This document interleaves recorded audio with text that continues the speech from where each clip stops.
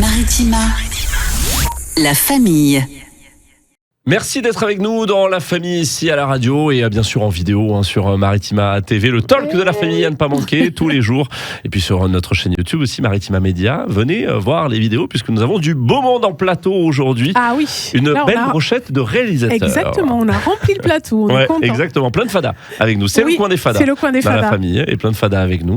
On va parler cinéma, Pascal, aujourd'hui. Oui, on parle cinéma, pas seulement parce qu'on est mercredi, parce que je crois qu'on parle cinéma quasiment tous les jours sur Maritima. C'est vrai. Et on va parler d'un film qui s'appelle Red Bird, et on a les 3 réalisateurs du film qui sont là. Donc Alexandre, et tu vas nous présenter les 2 autres. Alexandre Logier, Thomas Habibes et Oussama Dili. Voilà, alors 3 réalisateurs pour un seul film. Ouais. Ça s'est passé comment, la collaboration? On l'a fait courte ou on l'a fait longue? Attention, parce qu'en radio, on est toujours un peu short. Non, je connaissais Thomas parce que j'étais son formateur en montage vidéo il y a 3 ans. Mm-hmm. Et coup de cœur artistique, il m'a présenté Oussam par la suite avec plusieurs pitchs de projets. Moi, je voulais faire un nouveau film et je me suis dit, autant donner aussi la chance à d'autres auteurs. Ouais. Et on est parti sur Red Bird. Alors donc tu parles de auteur, de réalisateur, etc. On refait pour nos auditeurs et téléspectateurs. On peut être soit auteur d'un film, soit réalisateur, soit les deux. Soit les deux. Auteur, c'est quand un réalisateur va l'écrire aussi. Ouais. Donc on est auteur-réalisateur. Mais il existe aussi des réalisateurs simplement qui n'écrivent pas et qui vont adopter le scénario d'un autre. Et là, c'est mon cas pour le coup. Mm-hmm. On fait le film à 3, mais c'est leur scénario. D'accord. Que je prends sous mon aile et que j'accompagne avec eux. Et on peut même être auteur, réalisateur et acteur, est-ce que j'ai compris, c'est ça? Ouais. Oui, bien sûr. Vous jouez tous les 3 dans le film? Pas moi. Pas moi, toi. j'apparais Alexandre, toi en tu fais fond Hitchcock. des fois. Ouais, c'est ça, Hitchcock, Tu fais juste à l'ombre. J'y suis, mais il faut savoir. Et si on regardait la bande-annonce de Red voilà, Bird pour commencer, ça, se mettre dans c'est l'ambiance bien. Allez. On y va, c'est parti. Ouais. Allez, c'est parti. Fiston, je veux que tu saches une chose. Peu importe ce qui se passera entre nous. Je veux que tu saches que je t'aime, mon fils. Que je serai toujours là pour toi. Je suis sûr que sa mort n'était pas un accident. Ton père est mort dans un accident de voiture, ok? Il va falloir que tu te le rendes dans le crâne. C'est comme ça arrive tous les jours.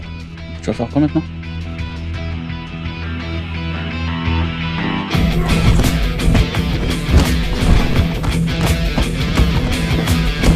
Réalisé par Alexandre Logier, Thomas Habibes et Oussama Dili. Quand est-ce qu'on va agir? C'est notre boulot!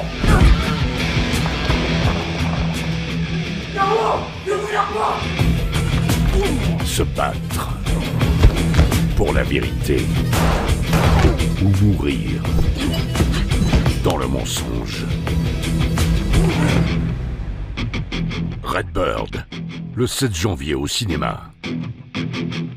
On connaît cette voix, une voix petit mythique. peu, Richard Darbois, c'est énorme d'avoir Richard Darbois pour une Je bande-annonce. suis super content qu'il ait accepté. En fait, il devait jouer pour moi dans un film et il avait refusé parce que c'était très physique et il était un peu fatigué. Mm-hmm. Et il m'avait promis une voix et je lui ai envoyé une demande très humblement en mode vous vous rappelez quand vous m'avez proposé de faire une voix, voilà, j'ai 2-3 lignes à dire pour une bande-annonce et il me l'a envoyé dans la minute et c'était parfait.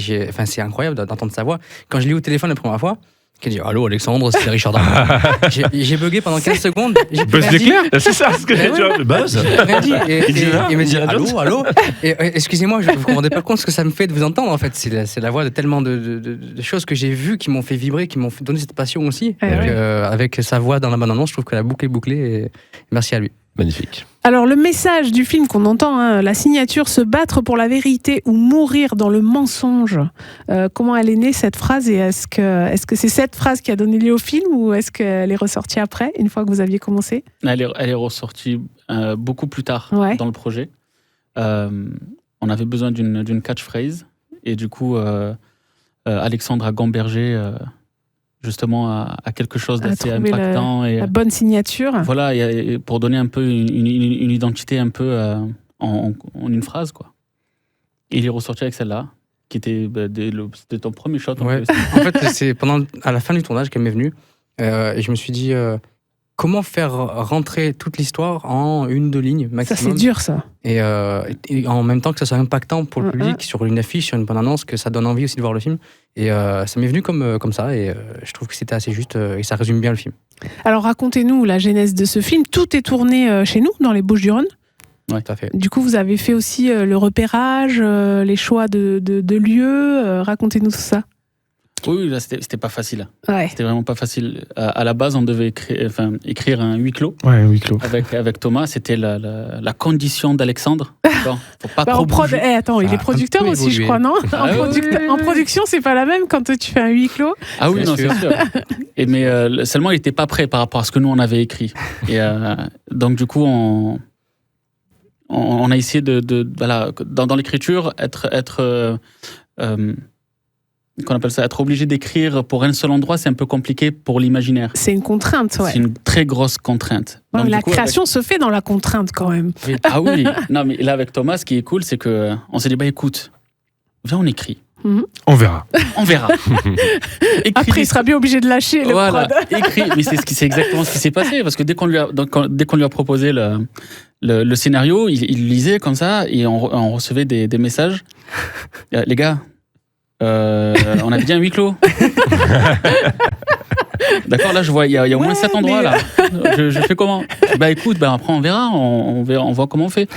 Et quelques jours plus tard, pendant un de nos entraînements pour la création des scènes de combat, il arrive nous voir et tout. Il fait les gars, en fait c'est de la bombe. Je pense qu'on va aller sur plusieurs endroits. C'est vraiment bien. C'est vrai. Quelle bonne idée, Alexandre. Franchement, on va le faire et tout.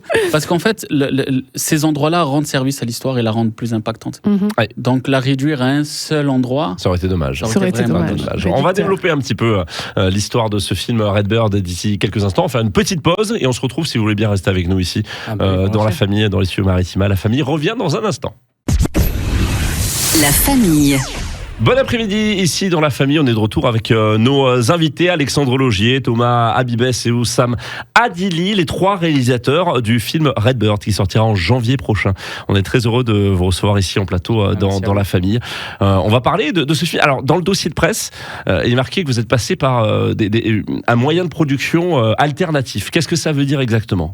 On est complètement hors système, c'est-à-dire que normalement un film reçoit donc des financements publics, du CNC, des régions, des Sofica, etc., aussi des fonds privés, mais en tout cas il y a des commissions qui attribuent ces aides-là, et nous on est vraiment du coup sans aucune de ces aides-là, on est indépendant totalement, financièrement on est le film se produit autrement, avec notamment notre partenaire, une marque de café, et des fonds privés aussi, personnels. Et on fait un film donc qui coûte moins, mais qui du coup doit aussi être tourné en moins de temps. Donc c'est ça aussi qui fait que quand on a un petit budget, on doit respecter et faire rentrer tout en peu de temps. Donc on était parti sur un tournage de 22 jours, on a réussi à le faire en 19. 19 jours pour un long métrage, j'imagine que c'est speed, ça a dû être intense quoi. C'était très intense. Non, nous en parlez pas, c'était une galère à préparer. Et oui, parce qu'il faut que tout rentre. Alors justement, quand tu parles de préparation, ça veut dire quoi préparer un film ? Une fois que le scénario il est bouclé, que le découpage technique il est fait, du coup il y a toute la préparation, par exemple pour un film d'action physique, qui est monumentale à faire en très très peu de temps, dans le sens où fallait qu'on reparte à la salle, fallait qu'on se maintienne en forme, qu'on travaille notre cardio. Et surtout préparer toutes les scènes d'action du film. Oui, parce que j'imagine que vous n'êtes pas des spécialistes du combat, par exemple. Et c'est vrai que dans le film, il y en a pas mal. Donc tout ça, ça se travaille comme une chorégraphie ? Nous, on est, avant d'être acteur, réalisateur ou auteur, on est avant tout cascadeur. Ouais. Et on est chorégraphe aussi. D'accord. Donc au fur et à mesure des années, avec Oussam, on a monté notre association, où le but est de faire découvrir le cinéma, rendre accessible le cinéma à la jeunesse marseillaise. Association qui s'appelle ? Ronin Productions. Ouais. Cette association est partie d'un constat simple, c'est que nous, quand on était jeunes, on rêvait de cinéma à la maison, avec nos parents. On rêvait de cinéma entre nous, dans la forêt de notre cité. Et on semblait ça inaccessible, en fait. On se disait que faire du cinéma, waouh, mais nous, on connaissait le cinéma qu'au vidéoclub ou au cinéma, justement. Du coup, tu te dis pas que tu peux en faire ton métier, quoi. Exactement. Et du coup, de manière très sans prétention, on allait dans la forêt de notre quartier, on reproduisait ce qu'on voyait à la télé, notamment les films asiatiques de Jackie Chan. Ouais. Et de fil en aiguille, l'ère des smartphones est sortie. On se filmait pour garder une trace et voir notre progression dans l'action. Et on s'est vite rendu compte qu'il y avait quelque chose, il y avait un potentiel, et du coup, on s'est mis à écrire, on s'est mis à réaliser, à découper une scène. Et les années passent. Et là, on rencontre Alex qui nous donne l'opportunité de faire un film. Et du coup, on s'est dit, le rêve est possible. Et du coup, on a pu mettre à profit nos compétences et ce qu'on sait faire depuis qu'on est jeune, depuis maintenant 20 ans. Ouais, ça fait 20 ans qu'on se connaît. Moi, je l'ai connu, il avait 8 ans, lui. Ah oui. Ouais. Même quand tu le dis, j'ai l'impression que tu n'y crois pas. Tu sais, c'est genre, attends. Non, mais attends. Mais je veux pas y croire, je suis encore jeune dans ma tête. Bah oui. Le truc, c'est que là, je l'ai connu, il avait 8 ans. Il m'a rejoint dans mon délire, justement, où j'allais, je reproduisais tous les films en passant par Jackie Chan à Seigneur des Anneaux. Ouais. Donc, et sa mère m'aimait pas. Non, parce que son petit, il allait se faire mal. Attends. Ah, ben c'est ça, elle m'aimait pas du tout. Ah, oui. Moi, j'entendais uniquement tu laisses mon fils tranquille, toi. Moi, j'imagine qu'elle regrette pas peut-être aujourd'hui. Et tout ça, c'est une maman pour moi maintenant. Et le truc, c'est que cette passion-là, cet amour, cette flamme en fait qui nous animait en étant petits, nous a jamais quittés jusqu'à aujourd'hui. C'est beau. Et le truc, c'est qu'une fois qu'on est sur le set, qu'on commence à tourner, on a ce truc où on voit plus personne, c'est les arbres qui poussent. C'est nous avec nos petits bâtons, mais cette fois-ci, on a toute une équipe derrière. Oui. Donc, au lieu du smartphone... Donc, le rêve est devenu réalité. Ah oui, non, mais c'est incroyable. J'ai la chair de poule rien d'en parler. Ça a été une expérience magnifique. Oui, alors en parlant d'expérience, donc le film, on l'a dit, sort en janvier, mais il a déjà été présenté dans des festivals. Ouais. C'était comment cette expérience de festival? Comment ça se passe d'ailleurs, un film qui tourne en festival? Alors, nous, déjà, notre premier objectif, c'était qu'il soit prêt pour Cannes. Ouais. On voulait faire une projection à Cannes, on voulait le présenter au marché du film, que je puisse faire des rendez-vous avec le produit fini, en mode regardez ce qu'on a fait, il est prêt à être exploité, à sortir. Et donc à partir de mai, juste avant le festival, j'ai commencé également à tout ce qui est inscription en festival, en passant par des plateformes officielles, en essayant de cibler bien sûr des festivals qui pourraient correspondre à notre projet. Oui, parce qu'il y a beaucoup de festivals dans le cinéma, mais il y a des thématiques, il y a des formats, il y a des choses comme ça. Hein. C'est ça. Et du coup, on a maintenant une vingtaine de prix déjà remportés de façon internationale. Wow. Ah ouais, on est bravo. très content. Thomas a gagné des prix d'interprétation. Non, mais c'est vrai, il faut le dire. Oui, mais parce qu'on le voit, Thomas, tout rayonnant, tout souriant et tout. Quand on voit la bande-annonce, c'est pas le même. Difficilement, on connaît ça. Il fait peur dans tous le les film. deux, hein, c'est vrai qu'on vous voit, c'est un vrai jeu d'acteur. Il est plein d'humilité et il fait le discret, mais il faut le dire, il a gagné 2-3 prix d'interprétation déjà. Moi, j'ai fait la musique du film, j'ai gagné des prix de la meilleure musique et je pensais pas y arriver parce que c'est la première fois que je signe une bande originale tout seul, intégralement. Et c'est vraiment, c'est pas des gros festivals, c'est pas il y a Palme d'Or, c'est pas les Oscars, mais c'est des choses officielles qui existent pour certains déjà depuis 15-20 ans, qui ont leur communauté, qui ont des choses, c'est des vrais festivals, quoi, même s'ils sont plus petits que certains. On est très content de commencer à être valorisé là-dessus. Et c'est aussi un outil de communication assez fort. Alors j'allais te dire, est-ce que ça ouvre des portes d'avoir...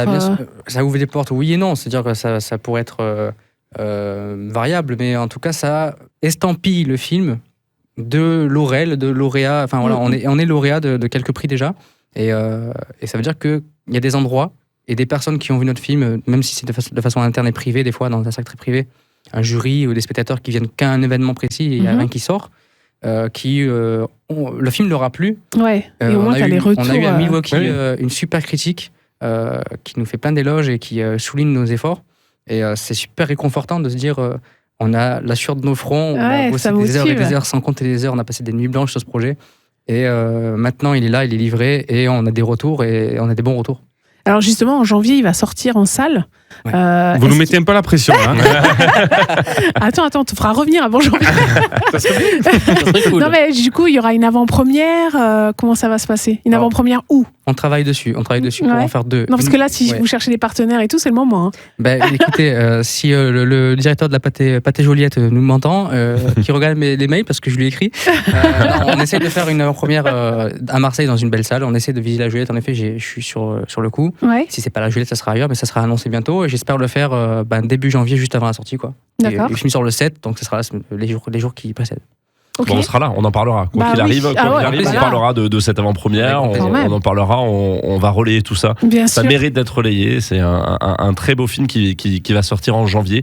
Ouais. Merci beaucoup d'avoir été avec nous ici sur le plateau de la famille pour avoir parlé de votre beau projet. Donc, Redbird qui sort quand le 7 janvier. Le 7 janvier, ouais. 7 janvier, ouais. Parfait. On sera prêt, on sera là. On sera là avec vous. Merci beaucoup d'avoir été avec nous. Merci pour l'accueil. Maritima, la famille.